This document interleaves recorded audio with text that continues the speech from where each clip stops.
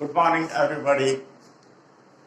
आपका फिर से सोशियोलॉजी क्वेश्चन बैंक में स्वागत है और क्वेश्चंस में पर्सपेक्टिव टॉपिक के क्वेश्चन नंबर 71 परिप्रेक्ष्य है। बहुत सिंपल क्वेश्चन है। ए देखने का दृष्टिकोण, बी सामाजिक घटना, सी परिवर्तन और डी कोई नहीं।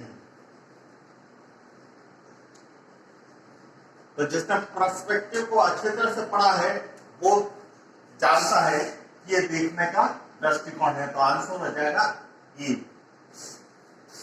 परिप्रेक्ष्य कितने प्रकार का होता है? परिप्रेक्ष्य को जो है कितने भागों में विभाजित कर सकते हैं? दो भागों में विभाजित करते हैं। कौन कौन से?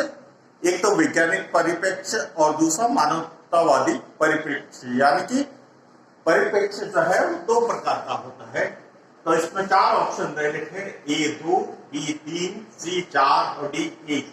तो राइट आंसर इसका आ जाएगा 2 यानी कि ए।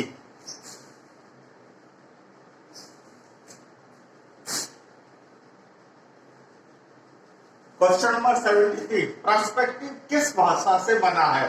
पर्सपेक्टिव शब्द जो है वो अंग्रेजी भाषा का शब्द है और पर्सपेक्टिव शब्द जो है वो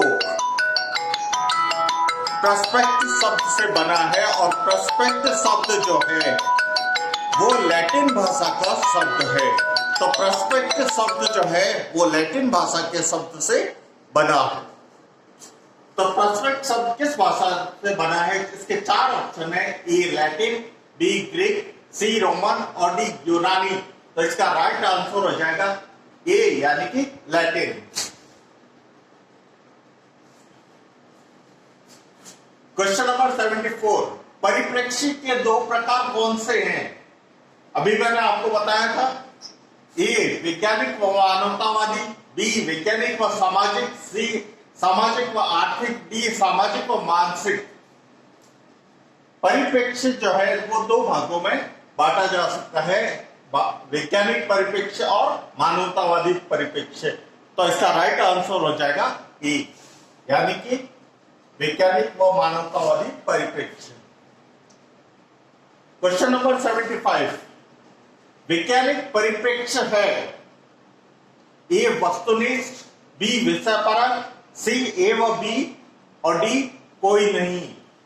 तो राइट आंसर हो जाएगा इसका वस्तुनिष्ठ यानी कि ए। क्वेश्चन नंबर 76 मानवतावादी परिप्रेक्ष्य है, ए विषयपरक, बी वस्तुनिष्ठ, सी ए व बी और डी कोई नहीं। मानवतावादी परिप्रेक्ष्य में वस्तुनिष्ठता का कोई कार्य नहीं होता, इसलिए राइट आंसर हो जाएगा इसका ए विषयपरक।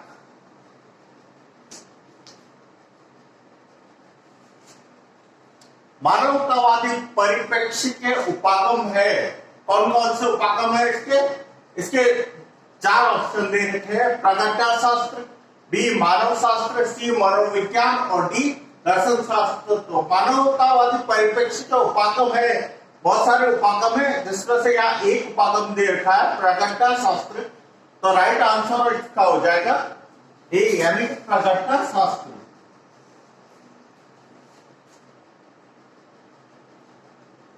क्वेश्चन नंबर 78 हमारी स्थापित आदतों की व्यवस्था ही संदर्भ परिधि के निर्माण में योग देती है। ये कथन किसका? ए लुनबर्ग, बी इलॉय चुनॉय, सी थियोडोरसन व थियोडोरसन, डी गुडे एंड फॉर्ड। तो अगर इसको आपने पर्सपेक्टिव को अच्छी तरह से नहीं देखा तो आपके मस्तिष्क में एक ही वैज्ञानिक का नाम रहेगा, वो है थियोडोरसन। और थियोडोरसन ने बहुत ज्यादा जोर जो है पर्सपेक्टिव पे दिया था, लेकिन ये कथन जो है वो लुनबर्ग का है। तो राइट आंसर इसका हो जाएगा ए यानी कि लुनबर्ग। किसी भी विषय का परिप्रेक्ष्य उसमें प्रयुक्त होने वाली अवधारणाओं से ज्ञात किया जाता है। इसके चार ऑप्शन है, ए इलॉय, बी लुनबर्ग, सी गुडे और डी कोई नहीं। तो ये कथन है इलॉय चुनॉय का। तो राइट आंसर हो जाएगा इसका ए। क्वेश्चन नंबर 80 किसी भी विषय या विज्ञान की परिभाषा, अध्ययन का क्षेत्र, इसकी प्रकृति, सिद्धांत, अवधारणा आदि उसके परिप्रेक्ष्य को तय करती है। ये कथन किसका है?